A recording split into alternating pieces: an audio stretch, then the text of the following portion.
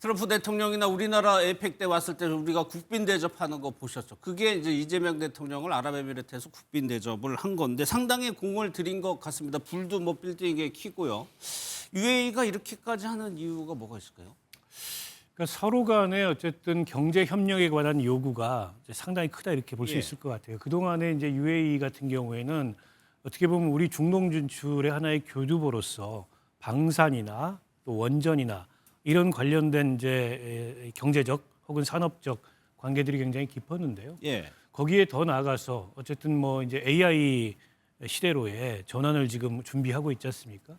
그런 차원에서 기존의 양국 간의 경제 협력 관계를 훨씬 더 이제 심화시키고 격상시키겠다 이런 목표 의식을 대통령께서 확고하게 갖고 있는 것 같고요. 예. 그래서 국빈 방문 앞두고서 강훈식 실장이 먼저 가가지고 사전 정지 작업을 했습니다. 그래서 어쨌든 상당히 어떻게 보면 UAE 국빈 방문에 방점을 두고서 이번 이제 순방 계획을 짠 게 아닌가 싶고요. 그리고 이어서 뭐 이집트, 뭐 마지막에 터키까지 이렇게 쭉 그 순방 계획이 세워져 있는데 예. 전체적으로 이제 G20 정상회의를 전후로 한 순방 일정이긴 하지만 어떻게 보면 우리가 이제 올해 마지막 다자 외교이기도 하고 그렇죠. 또 예. 중동이라는 건 그동안에 어떻게 보면 우리 입장에서는 원유라든지 이런 것들을 수입하는 수입처로만 그동안 생각돼 왔지 예. 적극적으로 이제 중동에 경제적 진출을 한다라는 개념은 갖고 있지 않았는데 그런 이제 뭐 일종의 이제 우리 경제 협력의 뭐랄까요 영토를 확장한다 예. 이런 의미 부여를 하고 있는 게 아닌가 싶습니다. 예. 실장님은 어떻게 보셨? 뭐 석유 부국이라고 뭐 저희가 타이틀을 붙였습니다. 그렇죠. 예. UAE는 사실은 중동에서도 가장 성장력이 지금 굉장히 잠재력이 높고요. 빠르게 성장하는 경제 국가입니다. 그리고 우리 대한민국과는 오래전부터 굉장히 긴밀한 경제 협력 관계를 갖고 있고 원전이라든지 이런 부분에 있어서는 차후에 우리 대한민국의 어떤 먹거리, 대한민국의 어떤 수출 전략상으로도 굉장히 중요한 입지를 갖고 있는 나라이기 때문에 예. 이건 정부의 교체와 상관없이 저는 꾸준히 대한민국과 UAE는 긴밀한 전략적 관계를 맺어야 생각을 합니다.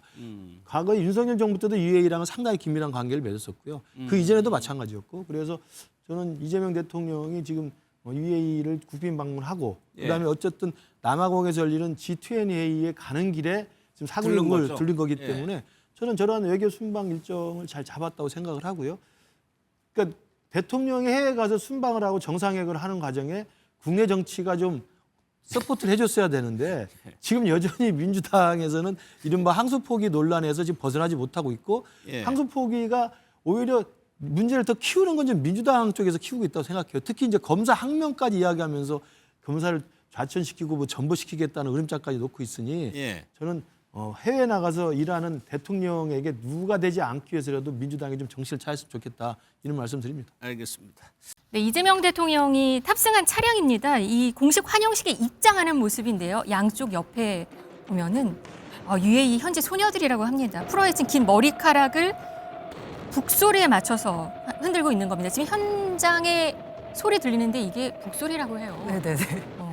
이게 엄청 의미가 클 거라고 해요. 영상만 보면 사실 저 뭐 하는 거지 싶은 생각이 들 텐데요. 이게 그 긴 머리카락을 북소리에 맞춰 좌우로 흔드는 모습이 이게 귀한 손님에게 영적인 축복을 내린다라는 의미가 있는 전통 공연 아얄라라고 합니다. 그러니까 네. 이건 정말 귀한 손님한테 그러니까 이재명 대통령에게 영적인 축복을 내린다는 의미가 담겨 있다라고 보시면 될 것 같습니다. 네. 보시면 아시겠지만 대통령궁 입구에서부터 낙타와 기마대가 일렬로 도열해서 이재명 대통령을 맞았고요.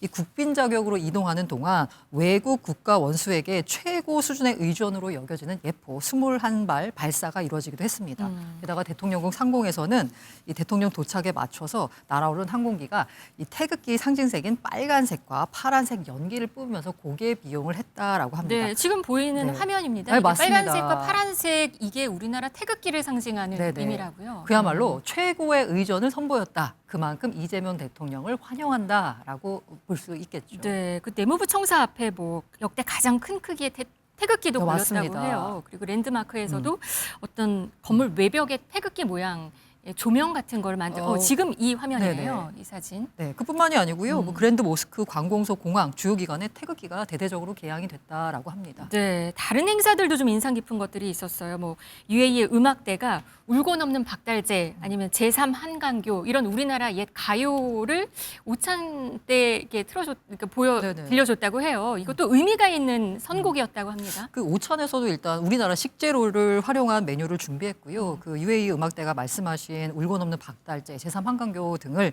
옛가요를 연주했는데 이게 울고 넘는 박달재가 그냥 한 게 아니고요. 대변인 말에 따르면 영부인의 고향이 충북입니다. 충북에 있는 박달재를 소재로 한 노래다. 또 제3 한강교는 한국과 UAE 사이를 잇는 다리 를 상징하는 의미로 그런 뜻에서 연주를 했다라고 합니다. 네. 이걸 보면은요, UAE 측에서 우리나라를 그 이재명 대통령 방문에 대비해서 얼마나 치밀하게 연구를 했는지를 다 알 수 있다라고 볼 수 있죠. 지금 또 화면 보시면은 김혜경 여사가 공연 도중에 눈물을 흘리는 모습도 있었는데요. 손수건을 옆자리에 현지 인사가 이렇게 건네서 주는 모습도 좀 관찰이 됐습니다. 네. 포착이 됐는데요. 여하튼 지금 준비도 좀 세심했고 예우도 최고 수준으로 지금 대우한 걸로 보입니다. 네. 그 아까 그 긴 머리 휘날리는 옷을 보니까요. 예전에 그 트럼프 대통령이 일기 때 그때 UAE 방문했을 때도 똑같이 저렇게 환영을 해주셨는데 트럼프 맞아요. 트럼프 대통령 굉장히 깜짝 놀랐던 그런 표정이 맞아요. 네. 생각이 납니다. 그러니까 지금 이 정도로 사실 대한민국의 위상이 국제사회에서 크게 올라갔다라는 하나의 방증이 아닌가라는 생각이 들어요. 어찌 보면 이재명 대통령한테는 굉장히 큰 호재가 되겠죠. 그러니까 UAE와의 어떤 이 방문이 결과적으로는 경제적인 성과로도 귀결될 가능성이 굉장히 높단 말이죠. 네. 따라서 우리가 APEC 정상회담의 성공에 이어서 두 번째 외교적인 하나의 성과라고 우리가 평가할 만한 그런 방문이었다. 이렇게 나중에 아마 평가를 할 것 같습니다. 네, 한국 UAE 정상회담에서도 성과가 꽤 있었습니다. 관련 내용 한번 들어보시겠습니다.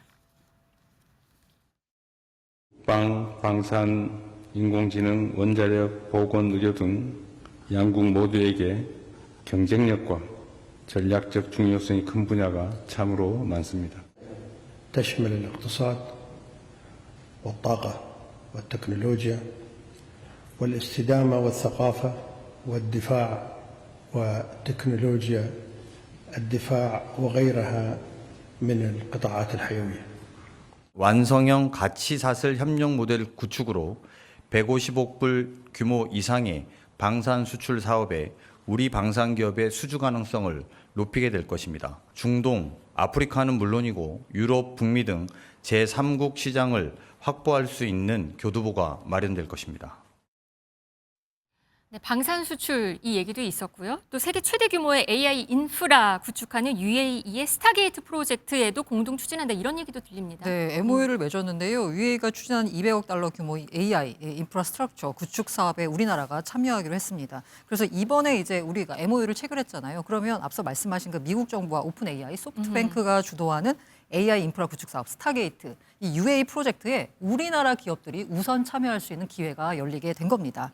이 발표에 따르면요, UAE 스타게이트 프로젝트가 아부다비의 최대 5기가와트 규모의 AI 데이터 센터 클러스터 구축을 목표로 하고 있는데 여기에 우리나라 기업이 우선적으로 참여할 수 있는 길이 열렸다라고 보시면 됩니다. 네, UAE 석유가 많아서 사실 좀 경제력이 부강한 나라잖아요. 근데 지금 AI 쪽에 상당 부분 투자를 하려는 느낌입니다. 요즘 나오는 소식들 들어보면. 그러니까 지금 전 세계에 어찌 보면 AI가 가장 큰 화두이잖아요. 네. 그래서 AI를 AI 산업 활성화시키기 위해서는 결국 데이터 센터 구축을 해야 되고 또 데이터 센터 구축한 것을 또 운영하기 위해서는 상당한 전력이 필요하고 따라서 인프라스트럭처에 대한 투자가 굉장히 많이 요구되는 그런 산업이거든요. 네.